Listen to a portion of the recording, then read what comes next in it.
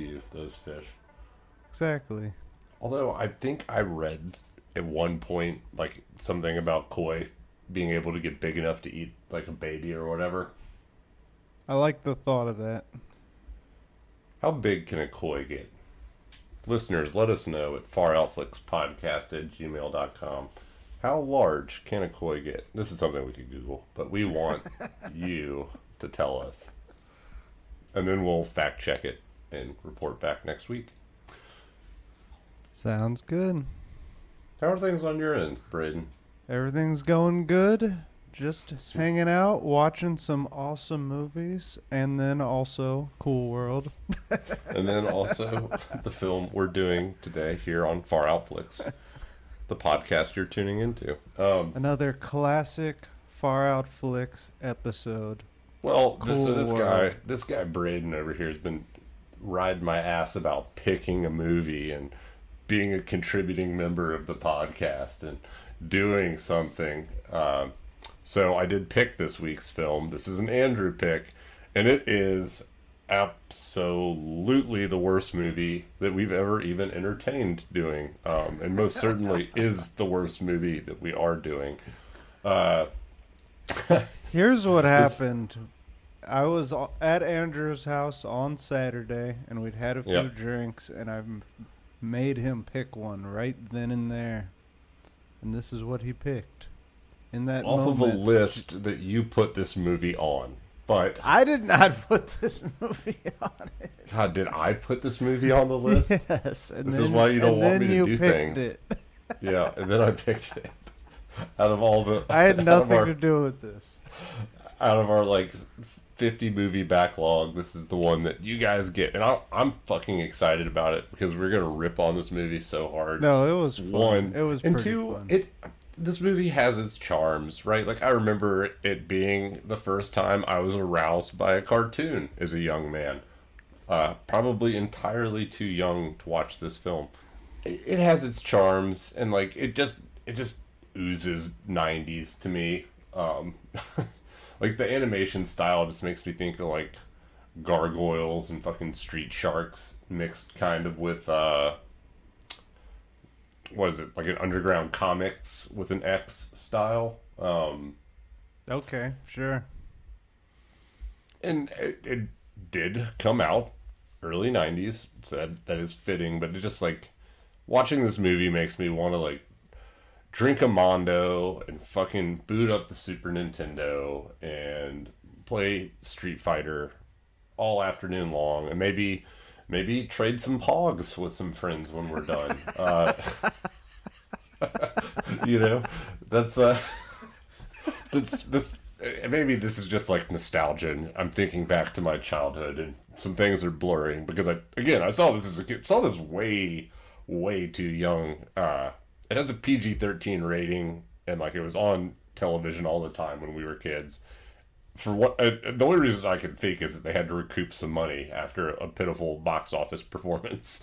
But I saw this as like an 8-year-old or whatever, and like just to spoil it all right now, there's a cartoon sex scene, and I'm not even talking cartoon on cartoon.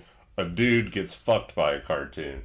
I mean, this whole movie is about perverts who would like to have sex with cartoons. Dude, it's like at its core. It's like a horny fever dream of a 13-year-old. Like, that's the only way I can describe it. 13 might even be too old. We'll call it 12. I mean, who hasn't wanted to fuck a cartoon? I mean, anybody who ever had Napster, I am sure everyone has had some kind of, if nothing else, light arousal from a cartoon. Maybe not women; they work differently. But dudes, they're simple, right? Like, but anyways, I mean, there is more to this film than just that. But that is like the central revolving plot point. That's is really like humans having sex with cartoons. That's the main theme. They don't explore much else. It's just very horny, and I mean, and those are the best parts, kind of, you know? Yeah, the film wasn't supposed to be this. It had what sounds like better intentioned and better thought out, original designs, if you will.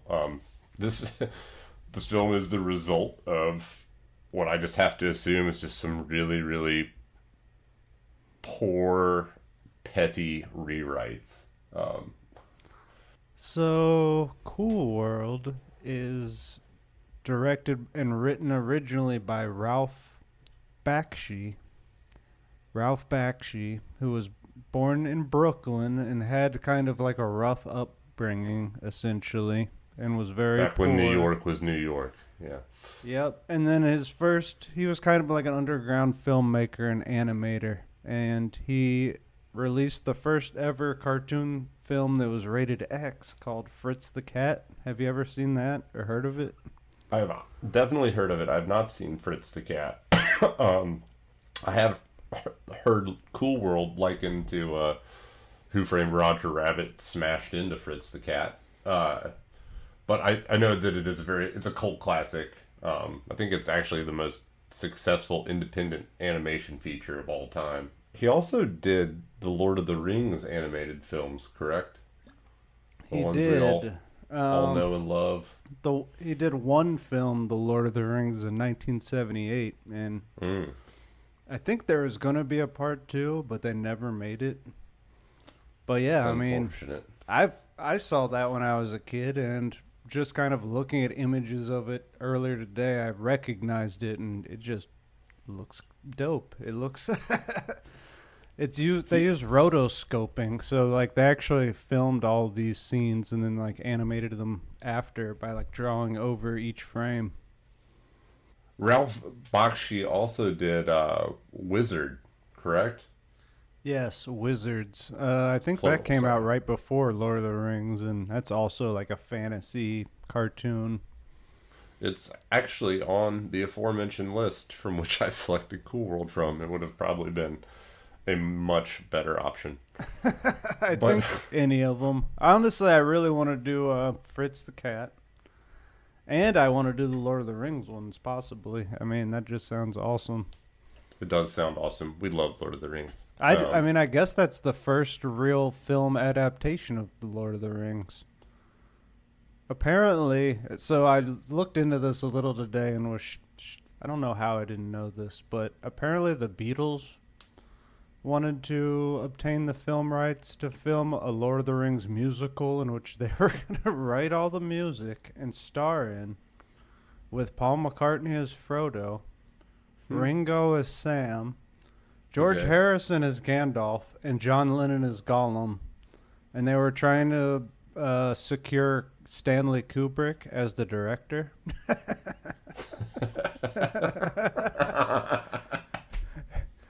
Those boys are taking too much acid, man. And apparently they took it to J.R.R. Tolkien, and he just rejected it flat out. Yeah, no, that was the assumed outcome. I figured you were getting to is that Tolkien or Tolkien's estate said absolutely not. I mean, yeah, that would have been really silly. Also, John Borman, who is the guy who made Zardoz, tried to make a Lord of the Rings film in the late 60s, which I think would have been pretty sweet. Well, I'm happy with Peter Jackson's rendition. His is quite good. Quite good. Quite good.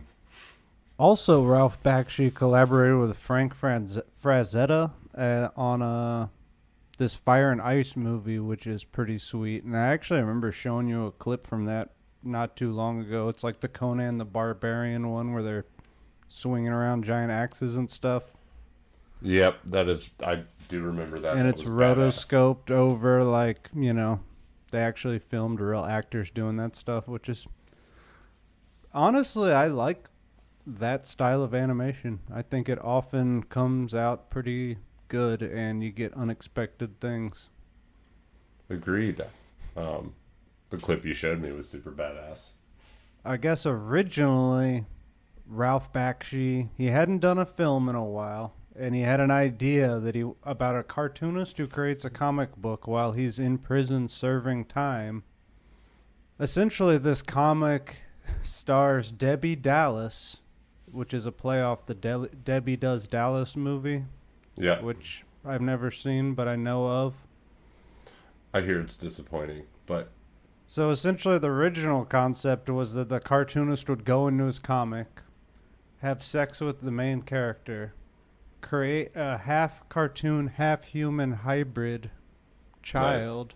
nice. Yep, love it. Then the cartoonist goes back to the real world, and the child, who is half human, half comic, hunts him down, and it was like a horror idea. That sounds honestly better than the plot of this. Well, this one the studio just tried to make it like Who Framed Roger Rabbit. They did. They kept the sexy femme fatale, which you could argue also, at least in the way they kind of did it. And well, not really, because Jessica's innocent, but very similar to Jessica Rabbit in terms of at least curvature.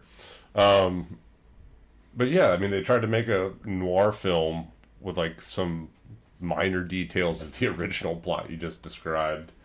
But it's like they all wrote it in a matter of 24 hours, just binging like espresso or whatever they did back then.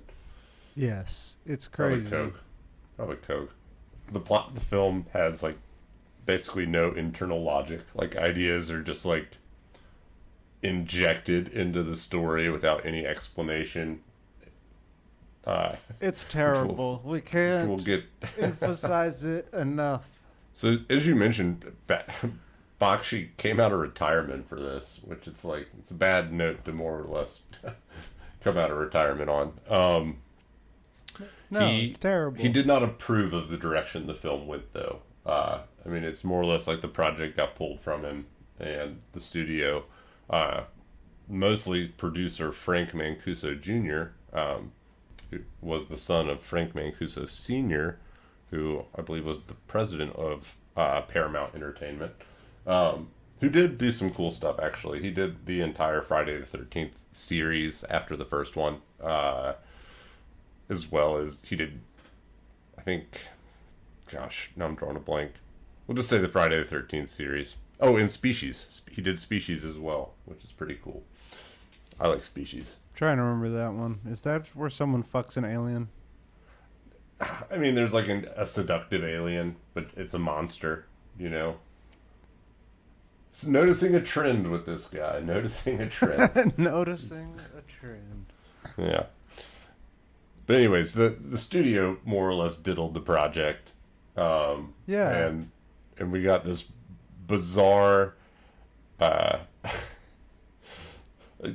want to describe it. I read a reviewer earlier who had said, it's Mike McGranagan from Aisle Seat, said, one of my favorite movies that I didn't like. And I feel like that like fits the bill for me. I can sympathize with that review. For sure. It's why don't you describe the movie? It's essentially about a cartoonist who goes into his comic and yeah, if we had to do it in like a couple sentences, a cartoonist goes into a comic that he thinks he's conceived of, but it's important to note that it's always been there, which is one of the things that they don't explain at all in any way, shape, or form.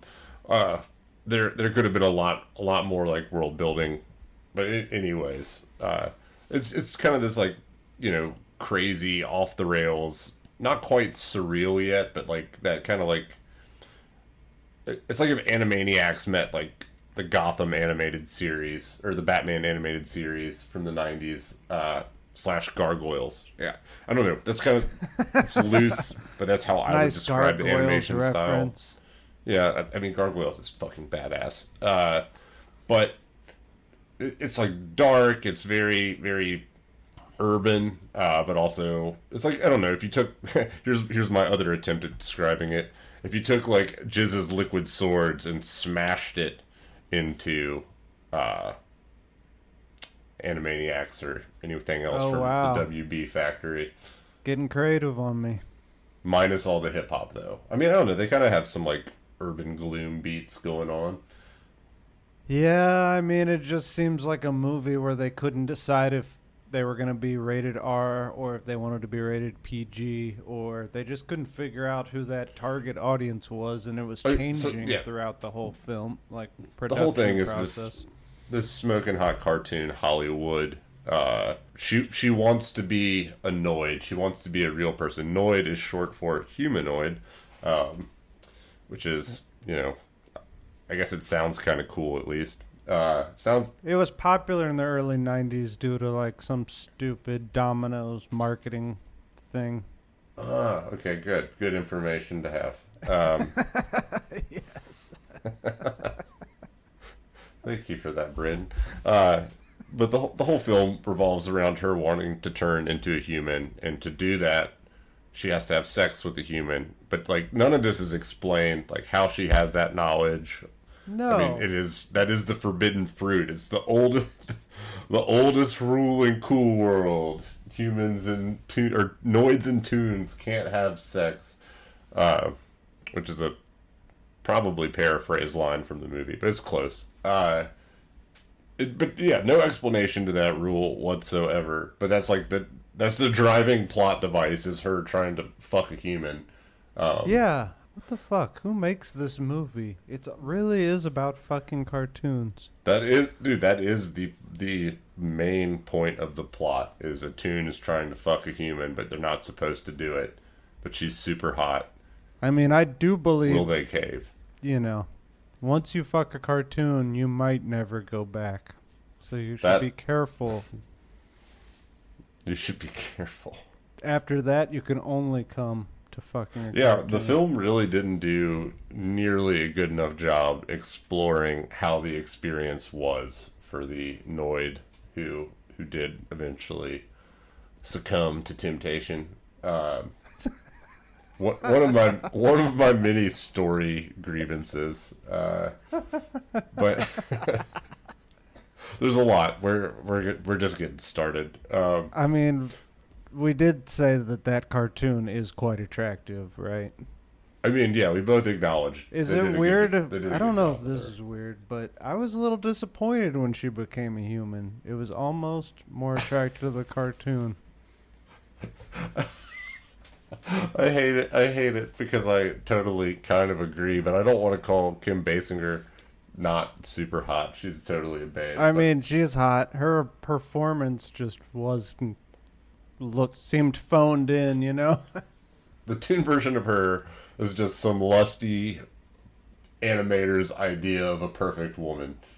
And they rotoscoped that. Anyways, that's the whole plot of the movie, so now we can talk about all the dumb shit in this film. It's so dumb.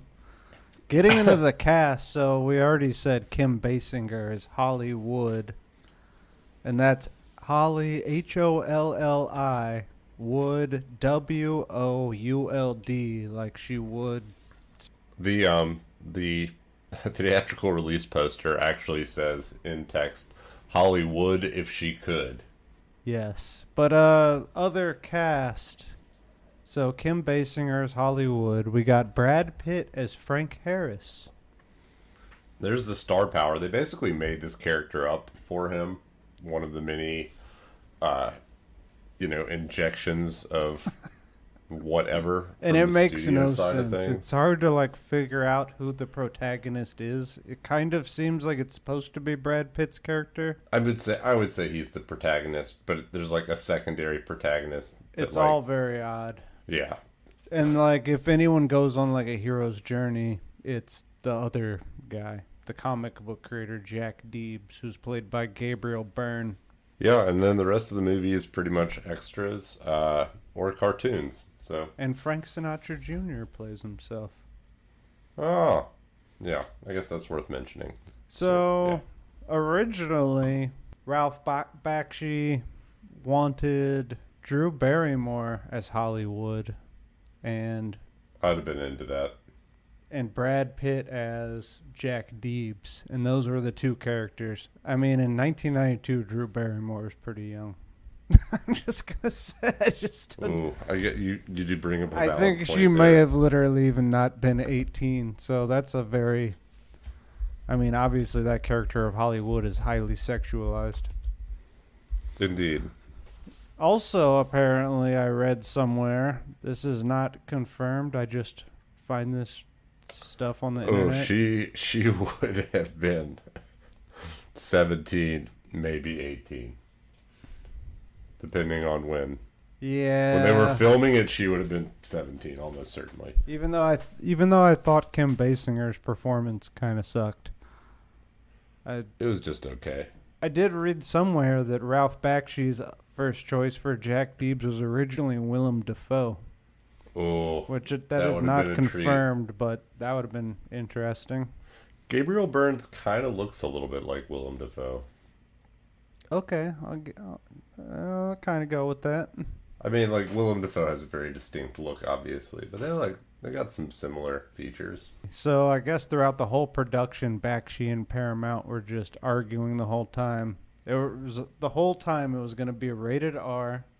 I mean, Fritz the Cat was rated X. Bakshi really does like animation towards adults. Yeah. I mean, I think Wizards was more family friendly and PG, but that's just not like where he shines. Well, he was right on the money. There is certainly a market for adult animation. Adult Swim has made a small fortune off of it. For sure. Apparently, Kim Basinger, halfway through the shoot, went to production and basically said she wanted to make a movie that they could show in hospitals to sick children. That's not this movie. So then apparently must have had some sway because they were kind of like trying to appease her as well. Just like fucking such a shit show. Well, I think taking story notes from actors is the sign that a project is not on the right track. I mean, I guess sometimes they get it right, but like, I don't know. You should probably just trust your writers. Here's a fun fact. David Bowie wrote an original song for this movie called Real Cool World. Yeah, it's the outro credits. Yep, and it's pretty fucking good, actually. Dude, I thought the same thing. I was like, this is the best part of this whole feature. It is. One, because it's ending, and two, because the song kicks ass. David Bowie, sweet. And society agrees with you, because the soundtrack received quite strong reviews, while the film itself has a 4% on Rotten Tomatoes. 4%, which, I mean, again, pretty much makes it certifiably A, rotten, and B, the worst movie we've ever done on this podcast. It's kind of like a shitty version of Who Framed Roger Rabbit or Space Jam, you know? That whole concept of humans hanging out with cartoons. It's true. To its credit, I mean, it does address, like, the one thing we're all thinking, like, would I be able to fuck that cartoon? Or, like, how does that work, you know? How does that work? I'm a trisexual. I'll try anything once. You've had that one written down on a note all day.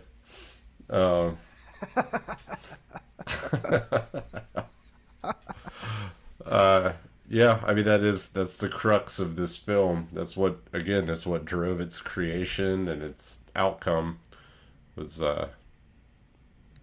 fucking a cartoon.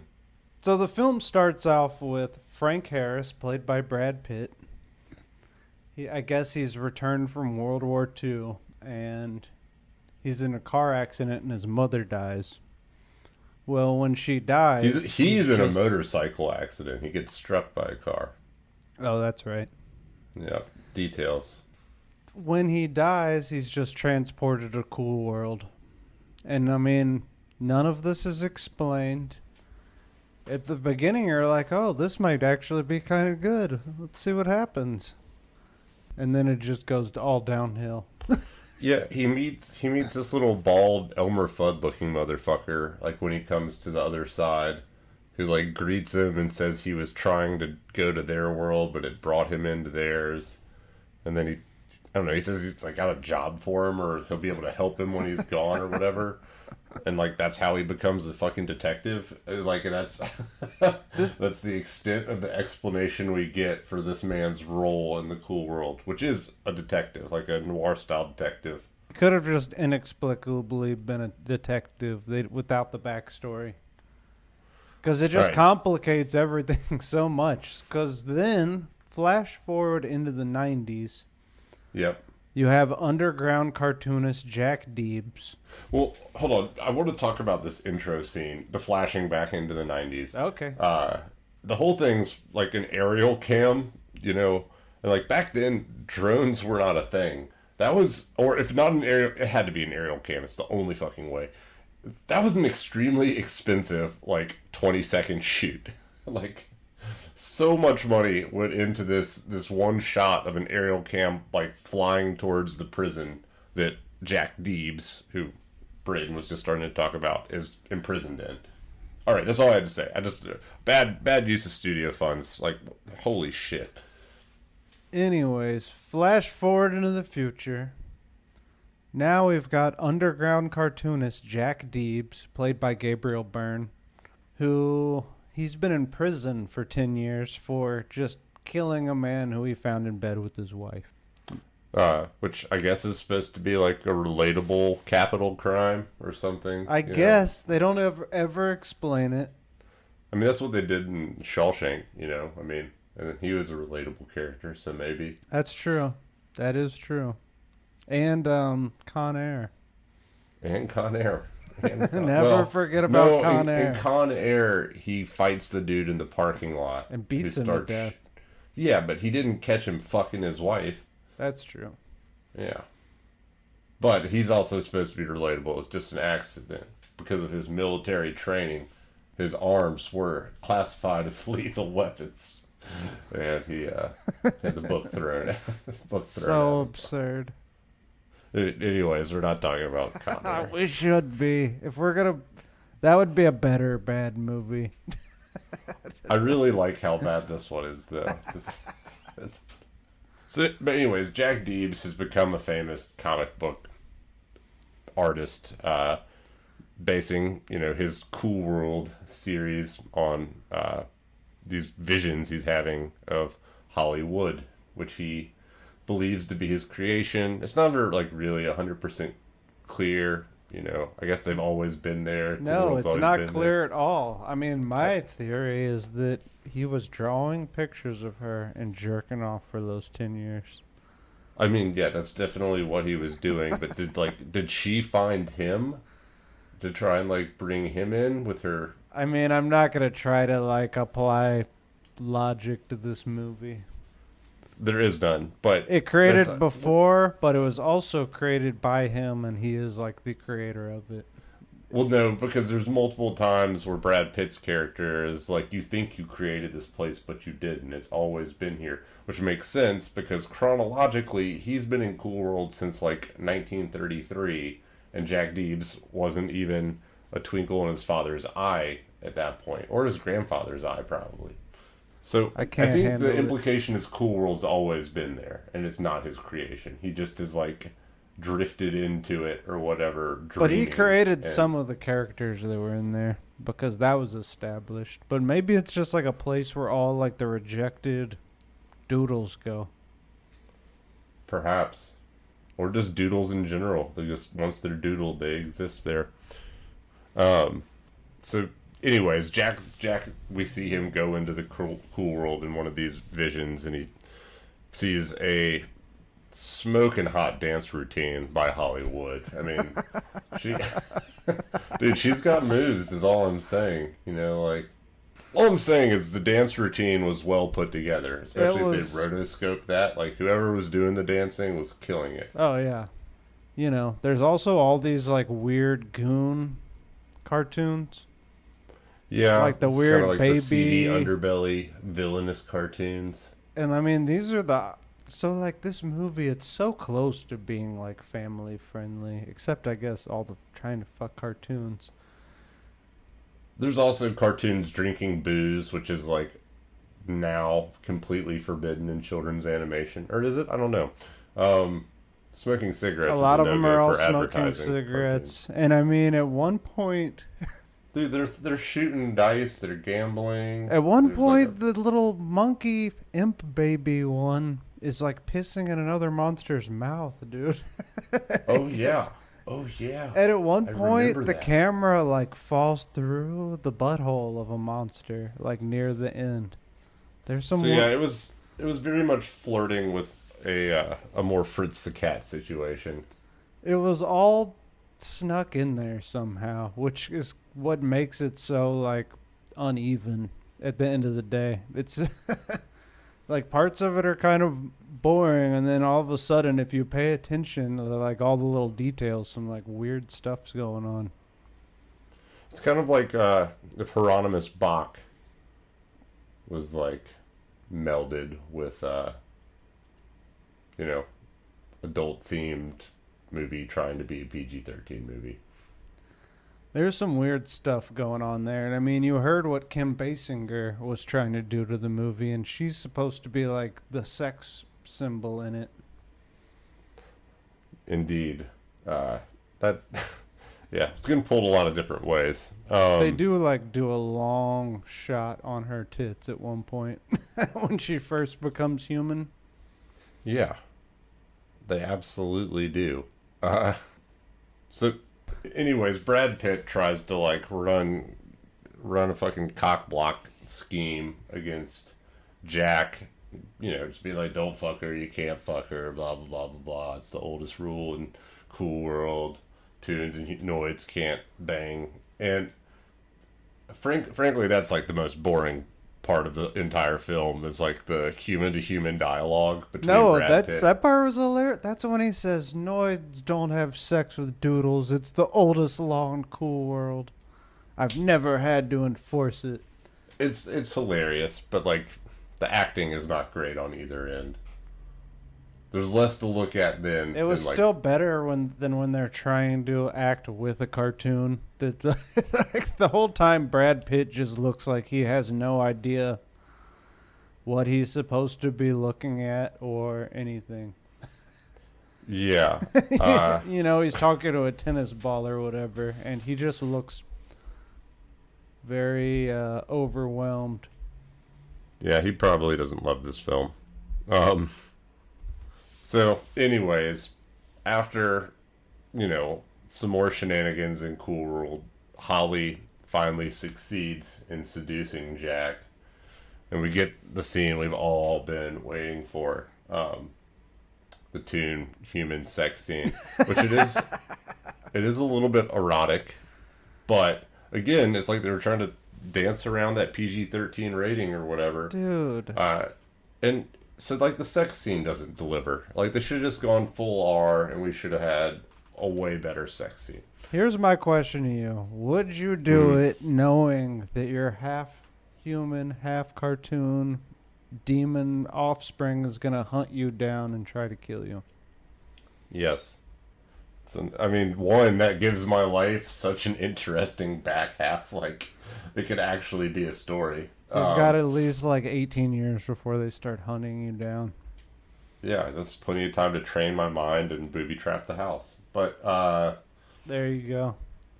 I do want to point out that like throughout all of this plot, there's just crazy random animation and like skulls like flash on the screen and just weird random stuff. Apparently all that animation was done at Paramount. And the film's animators were never given a screenplay, but they were told by Bakshi to just do a scene that's funny, do whatever you want to do. And that's why it's so random. Pretty fun. Again, I think the little random animations are like one of the more redeeming parts about the film. They are the best part of the film by far.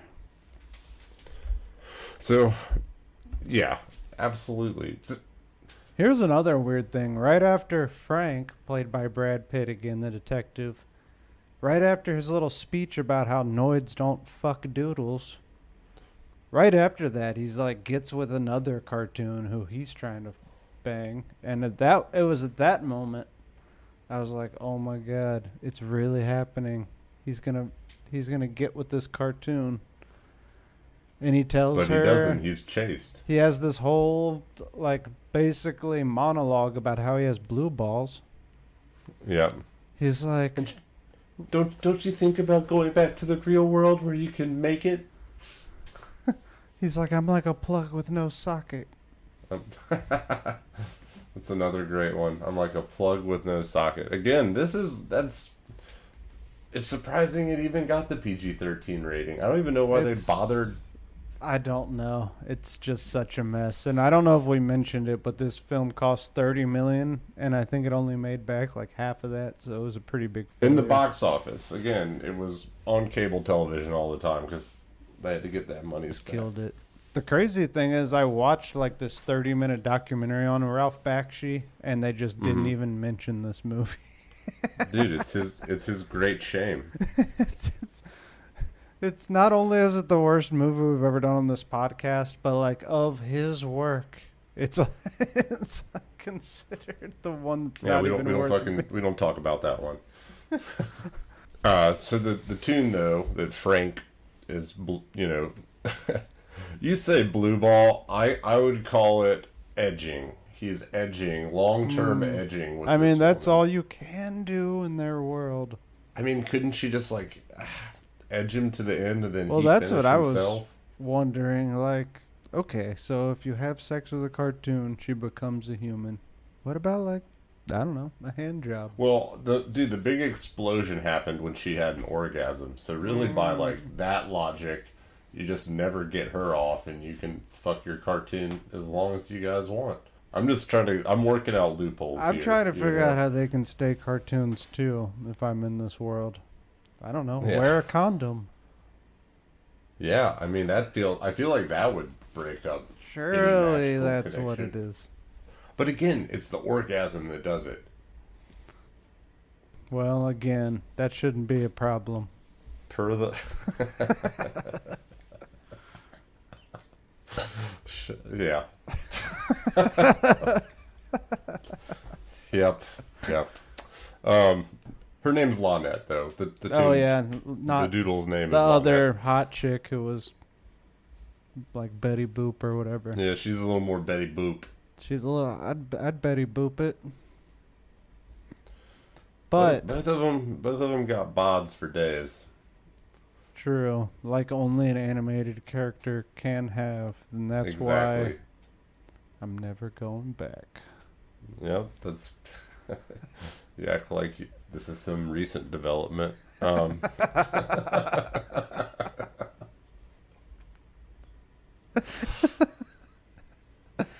This is nothing new to the long-term listeners. They put this together episode like 3.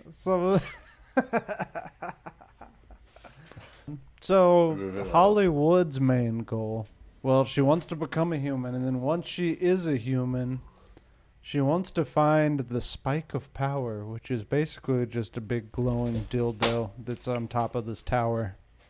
Well, she wants to go, I think, initially just to go experience the real world, right? Like, but then she quickly is trying to find some artifact that's going to, like, unleash the cartoon world on reality. Yeah. I think that she wants it so that she won't turn back into a cartoon. Because there's that scene where they, like, go to the club, Jack and her, and, like, she totally fucking ditches him to be, like, the, life of the party. And then she starts, like, phasing in and out of being a doodle. Yes. And that's a very... A no longer sexy doodle at that. She's wearing, like, a clown costume. Yeah, I hate it when my doodle does that. Yeah. But yeah, she's gotta call the support line. But the spike of power, right? That's like what she goes for next. Which is that her goal? Release the cartoons on the world? Because no, she wants the spike because she thinks it'll make it so she doesn't turn back into a cartoon. Oh, I gotcha. Yeah. Well, there's this big building climbing sequence. And then, I mean, basically nothing else that happens makes any sense, but essentially, Jack Deebs turns into a superhero, like a Shazam-style Superman-type superhero. At which point, Gabriel Byrne is totally out. They've got a new voice actor and everything, and the tone just shifts entirely. He does look like Shazam, doesn't he? I think it's Shazam. And I mean, like, dead on just about. The tone changes entirely, and I have a theory that maybe there just like was no end, or they had made so many changes that at that point they didn't. They were like, all right, let's just do a 5-minute animated thing. We'll tie up all the loose ends, and then it's over. Because from that point on, you do not like even get the actors anymore. Yeah, I mean, that's like you kind of get Brad Pitt a little, but that's it. But yeah, he saves the day, and at the end, he's the hero. And then the weird little bald Mr. Monopoly Elmer Fudd guy, he's like, that was his destiny all along, to become the hero. And all of that just comes out of left field. Like, they never talked about his motivations at all. No. He was just a guy in prison drawing horny cartoons. And then he got the opportunity to have sex with one. And he did. And then at the end, he chose the right thing, despite being seduced by her a second time, and restored balance to the worlds by returning the spike of power to its proper location. Here comes the final, like, completely incoherent, plot point to end the film. Which, I mean, like, why would you end it any other possible way? So, Frank has been pushed to his death by Holly in the prior scene. Nails, brings him back to the cool world. We get a scene with Lynette crying. And, Nails explains that Holly pushed him to his death. And all of a sudden, Lynette perks up. What's this? Perhaps another loophole. She inquires quickly, was Holly a toon? Or was she annoyed when she did it? And it turns out that, or as it happened, Holly was annoyed, or a toon, when she pushed Frank to his death. And Lynette informs us now that if a toon kills a Noid, it turns them into a toon. That's fun. And now the two of them can be together as cartoons and make it finally. They get to bang. Nice. Yeah, Brad Pitt shoots an enormous amount of cartoon cum everywhere from his 70 years edging with this woman. I mean, again, it looked hellish to me. But here's the thing, if that's the case, why didn't he just have another toon kill him already? That's a good question. I don't know. And Maybe he didn't know. Just shoot me in the heart and I'll be a toon, and then me and her can bang. Maybe he didn't know. The whole time, also, Frank doesn't want to go back to the real world, presumably because he's upset about his mother dying. And he's also a veteran. They like hint that he had what they would call shell shock.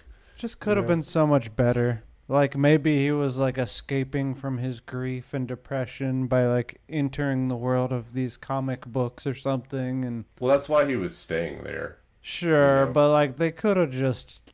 They ham-fistedly got that to our brains, but yeah. That, Every single point in it, they just mention, like, once. They never go a little deeper. Which, I mean, it's kind of fun. Back on it. Yeah, they're just like, oh yeah, he killed a man who was sleeping with his wife. It reminds me of The Room in the way that it quickly explains and then never touches on details again. That's on our list. I love The Room. I think The Room... We'll do The Room soon. The Room is unironically a better movie than this. Yes, for sure. But, I mean, it was fun, and, I mean, the animation was good, and you get some early Brad Pitt, and you get a sexy Hollywood cartoon. A sex scene. A sex scene. I mean, all fun ideas, Yeah, in it just theory, makes sense. Just not in execution. It doesn't make sense in execution. It's the most, I mean, true to it being a cartoon world, it has like the story logic of a fucking cartoon.